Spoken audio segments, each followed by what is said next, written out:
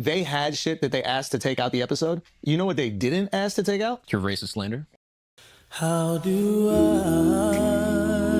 I say? If they don't like black women, I don't give a f. But what you're not gonna do is you're not gonna pretend you like black women so you can get their money. Look at this. Does that look like he's nervous? Believe me when I say I'ma pull up when the stage drops. Believe me when I say she don't look good. Believe me. Yo, what it is, everybody? It's your boy Srotonn here, but you could call me Tone. All right, listen. Omar, I fuck with you, dog. I fuck with you, gang. Nigga, I seen that picture on Twitter. What the fuck were you doing? What were you doing? All right, let's get to it. I'm not saying everyone's beautiful. I just told you Atlanta's clapped.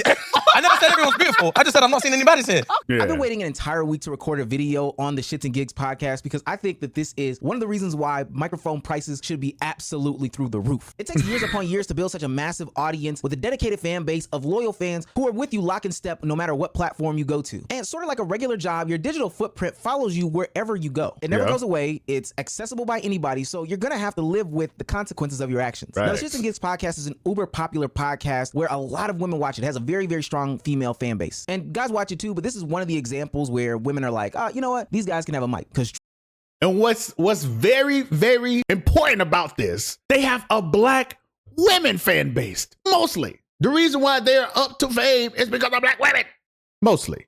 trust me, as somebody who has a podcast, telling other women that you have a podcast is a total turnoff because they automatically associate you with Kevin Samuels or the Whatever podcast or Fresh and Fit or whatever the case may be. But no, these guys are good to go in the women demographic because they have this appearance of being an ally.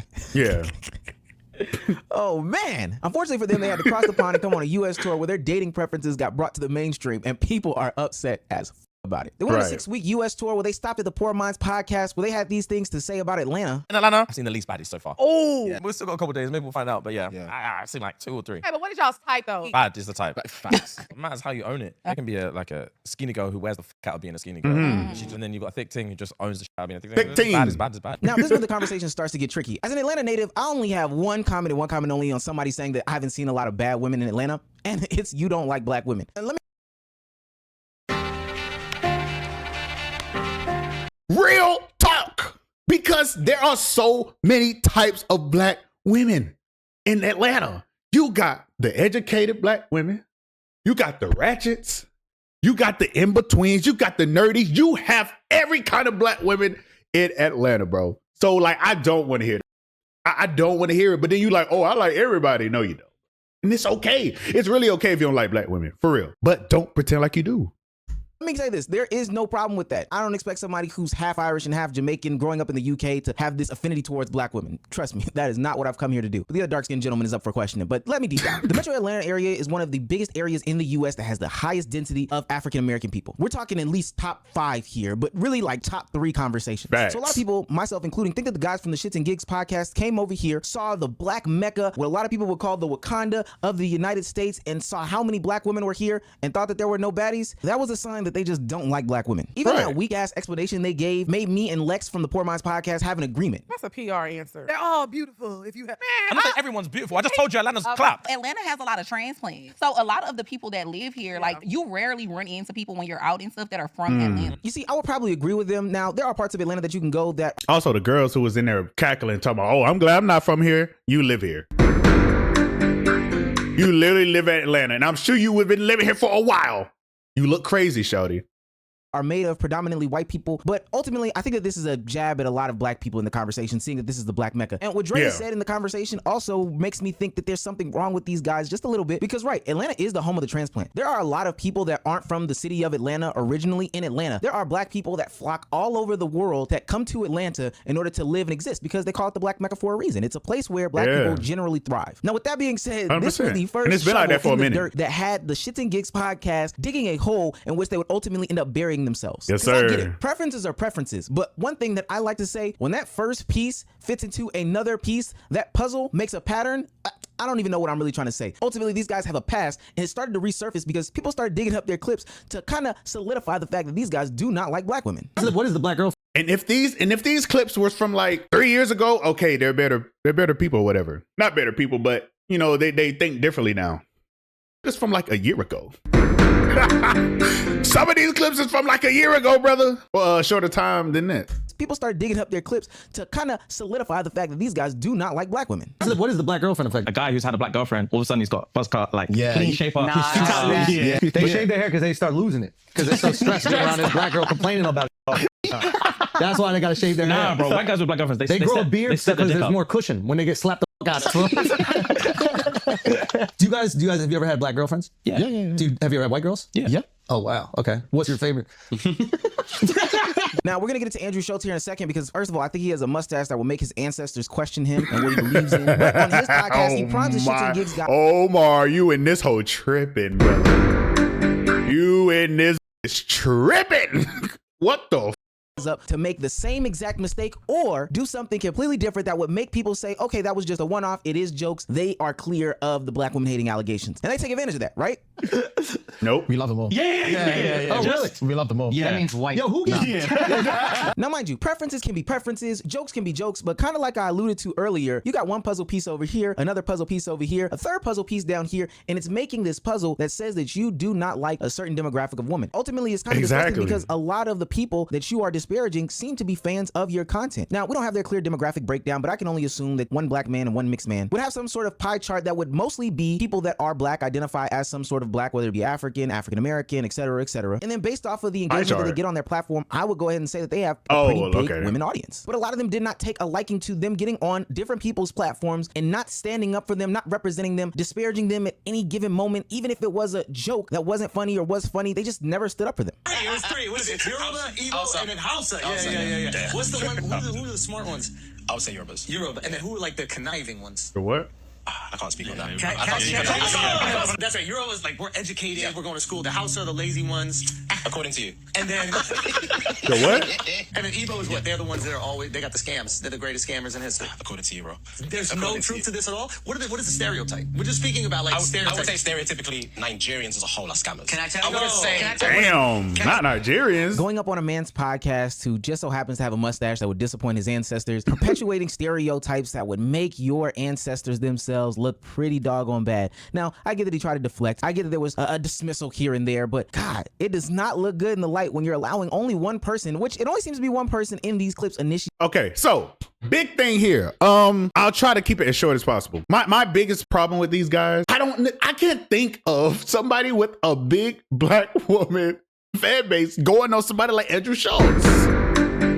I can't fathom it. Why would you do that? Because everybody know Andrew Schultz, I think like the last couple years, he just race based, bro. He just race based and he just try to make black people mad. That's all he does. So why would you go on there? It doesn't make sense to me. These things, but these have got to be one-offs. I cannot believe that these guys would sit here and disrespect black women on a black women platform, black people as a whole on another person's platform. Seemingly, this is only isolated incidents. These can't be things that happen on a regular basis, right? And this girl that I was fucking with at the time, she wants mixed race kids, like, so she wants a black man. That's all she goes for. And there's this girl that she used to watch on a TV show who was obviously black. She was like, oh, I wish I was her. She kept on saying, oh, I wish I was black. I wish I was black. I'm thinking, Jesus Christ. What? For starters, if he was black, you wouldn't be getting any black men, so I'm just saying. You're white, fam. You're white. You're winning. You're just out here white, just winning. with all the rights to you. Like, what is greener that you're thinking, I'm missing out? I still fucked her. Yeah. I've been fucking her. No, brothers, no! Again!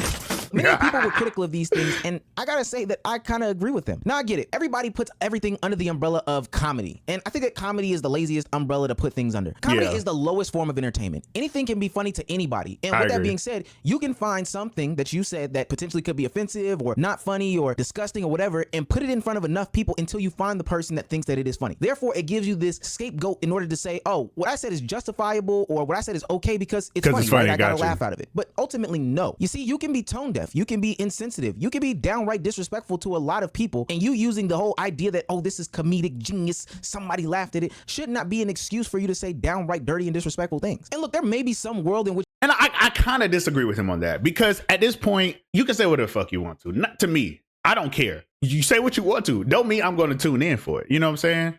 Freedom of speech, that's what it's there for. Now, I love black women, y'all.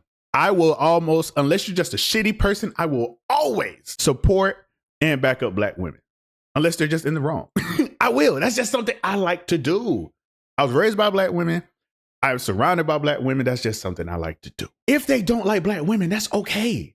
I don't give a fuck. But what you're not going to do is you're not going to pretend you like black women so you can get their money. That is not cool. That is not cool, bro. It's not. It's really not cool. Which we would give these guys some sort of pass as a one-off situation, but it seems like they have a continued pattern of self-hatred that is displayed on their own podcast. But Omar, they themselves are black people. Why can't this just be an incident of them drawing on their own experiences in order to make some sort of comedic efforts in order to entertain an audience? Well, partially nasally, Omar, is because their audience is saying that this isn't funny. What they're doing is going on different platforms, exposing themselves to a plethora of different people who aren't a part of their core audiences and getting these snippets of them and saying, hey, these guys are disgusting. Exactly what I said. Not your core audience. Why are you doing? Let me do a deeper dive into how they're such a bigger platform. It's gone to a mainstream sphere where a lot of people can criticize them. To be honest with you, if you think self-hatred and disparaging comments are funny, like if that seems to be the crux of who you are or your identity, then I got news for you, buddy. You are not funny. If you don't like black women, if you don't like white women, if you don't like trans people, if you don't like gay people, these things can be fine, I guess. Some of them are preferences, some of them are just odious, disguised as comedic genius. But don't make it seem like we're crazy for calling you out when you have the phobia or the belief or the disgust and say that, hey, I'm just telling a joke. No, that's not how these things work. When I saw this incident, I instantly thought of Dave Chappelle and his transgender jokes. Dave Chappelle went on Netflix special after Netflix special after Netflix special where he called out transgender people and had his own comedic spin on it that everybody thought was so intelligent and so insightful because it was Dave Chappelle. Well, after the 4th, 5th, 6th, 20th joke of the transgender people that Dave Chappelle got off with them being the butt of the joke, I'm not gonna lie, there were a great amount of people who thought to themselves, yeah, it's almost like you're kicking a dead horse and you're getting off these right-wing conservative talking points. And if that's the audience that you're pitching to, hey, you're gonna get a laugh somewhere. But at some point, you're gonna come off as some crotchety old man and not the genius that I don't know. Maybe I have to go back and listen. I can't speak for all the jokes. I cannot speak for all the jokes. I can't. Because I don't really remember all of them. It was one joke. Well, I don't even think it was a joke. It was just a quote that he was basically saying that I got from it. It was like, listen, if we're all equal, it should be important that hate towards a black person should be the same outrage as hate towards a trans person. And I don't think that's a bad thing to say. Now, the other jokes, like I said, I am not finna vouch for that shit. Because I don't know what the nigga said. But I do agree with that one thing. I do. That people thought you were when you were making the Chappelle show. It's no longer shits and gigs. It's no longer for the laughs. It's just hatred with a microphone and a name behind it that has comedy attached to it, and you're trying to get it off and it's not working in 2024. We're on the dance floor I and there agree. was a chick that was looking good, squeezed a bit of bottom flesh, and the guy... The thing that's jarring for me about that video is like the casualness at which he says it. But he's just like, yeah, I walked up to a girl and I grabbed her ass. That's sexual assault. He's literally telling a story about how he walked up to someone and grabbed them in front of their boyfriend. It's the men who will laugh and joke about this kind of thing who will end up being the ones to do it. And the reason they laugh and joke about it is to normalize it. Look, you can only put so much underneath the umbrella of comedy. I actually did not see that. I ain't gonna lie. Let me tell you, you wake up. I mean, you walk up and grab my girl ass, nigga. I'm knocking your head between that washer and dryer. I'm gonna be honest with you, bro. I am. Especially when you're doing it at other people's expenses. Some of this stuff, a lot of this stuff. Look, all of this stuff isn't funny. I'm not gonna lie to you. Apparently, Shits and Gigs podcast doesn't even make the most funny stories. They take other people's shared experiences, their stories, Reddit posts, whatever, read them on their platform and get the laughs out of it. And look, I get it. That can be funny at times, but we really gotta decipher who is funny, who's not funny, who is entertaining, who's not entertaining. And these guys who have these sorts of patterns and backgrounds, I would not say are funny at all. Now, after the incident, naturally, these guys were sweating profusely. Their audiences, the new eyes that were getting on them, looked at them in total disgust, as they should. So naturally, they're gonna put out an apology. There were a few jokes made that were... I fucking hate this apology, bro. I actually do not like when I hear this apology.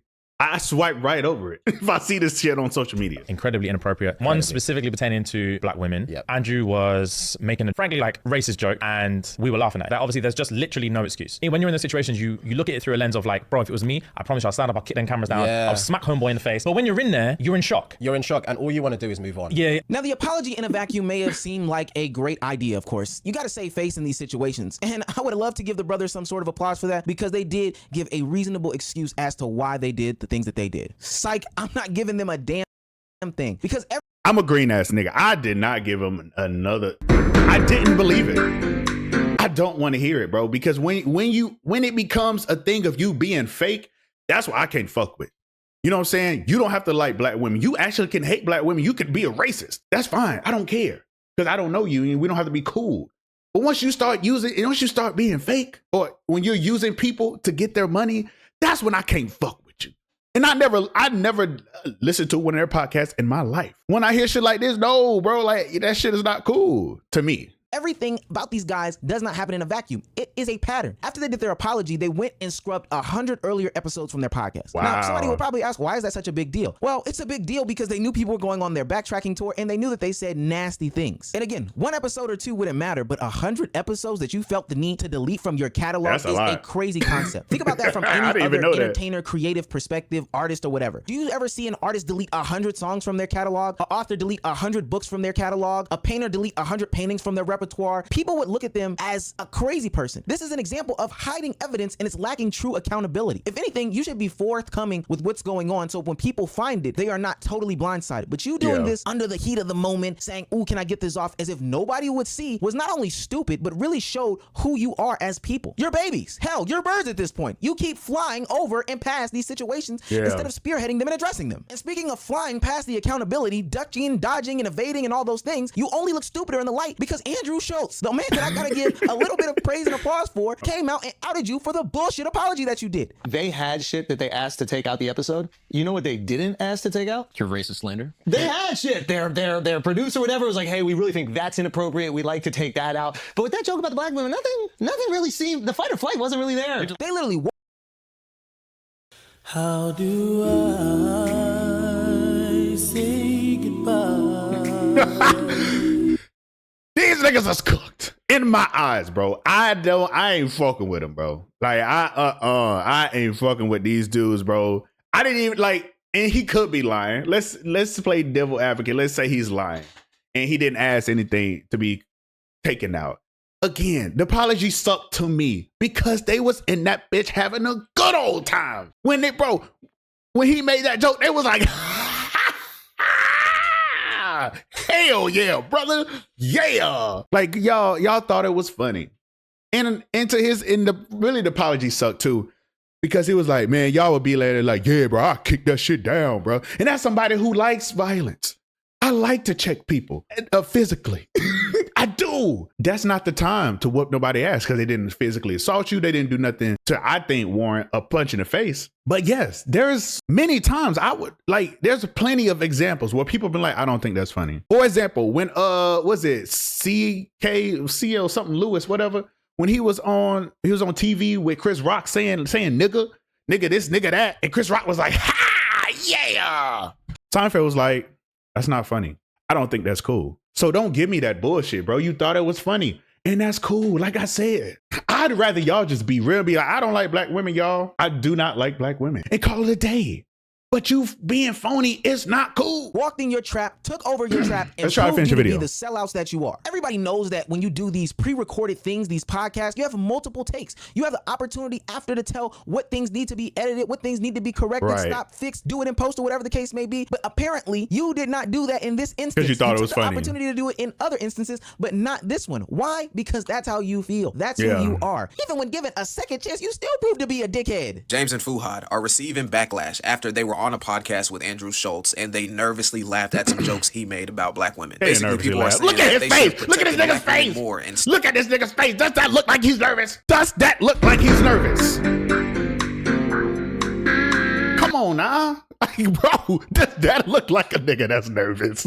Stood up for them instead of just sitting there laughing at the jokes. But this double standard is just not making much sense to me. A week ago, it was perfectly fine for Angel Reese and all these other black women to not protect black men and talk about how they'd be happier with a white man. Now, this TikTok user almost brought up a good point if he wasn't such a dumbass. I want to define this type of laughter as some sort of nervous laughter in the situation. I don't know if people saw that video that Angel Reese reposted last week about this black woman being fed up with black men, so you gotta escape to get a white man or whatever the case may be. But that video was also dog shit and horse water. Horse shit and dog water? Whatever it was trash. She should be reprimanded. That's not something that should be put on the internet. People should be protecting people, full stop. Black women should protect black men. Black men should protect black women at all costs. That's just my personal belief. And I know everybody doesn't subscribe to that, but I'm here to say I do. But even greater than that, participating in this, well, they did it, so I can do it too, does nothing for the conversation but further the divide. Be the person that doesn't engage with it or criticizes both of it. And I would take this Twitter user more seriously if he was criticizing both ends of the spectrum equally, but to pit them both against each other and say, hey, make a decision between these two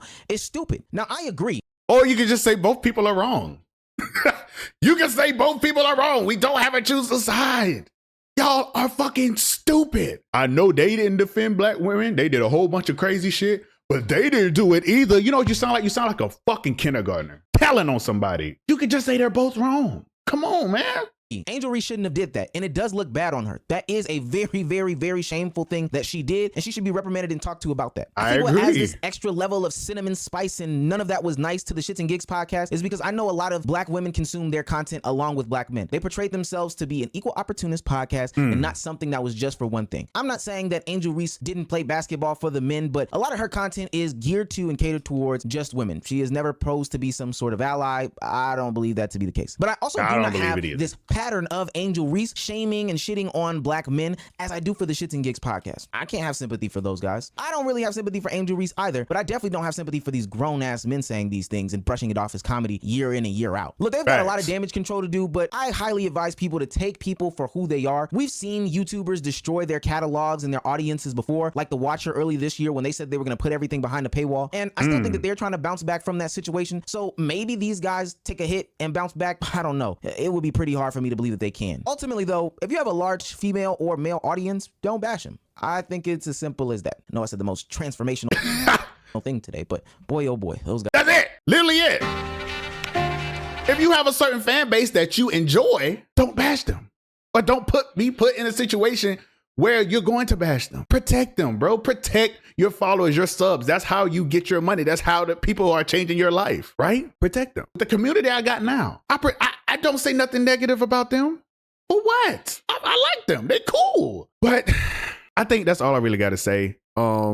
These guys are ass. They're trash. All that shit. We're going to get up out of here, man. I appreciate everybody for coming through. Till next time. I'm out.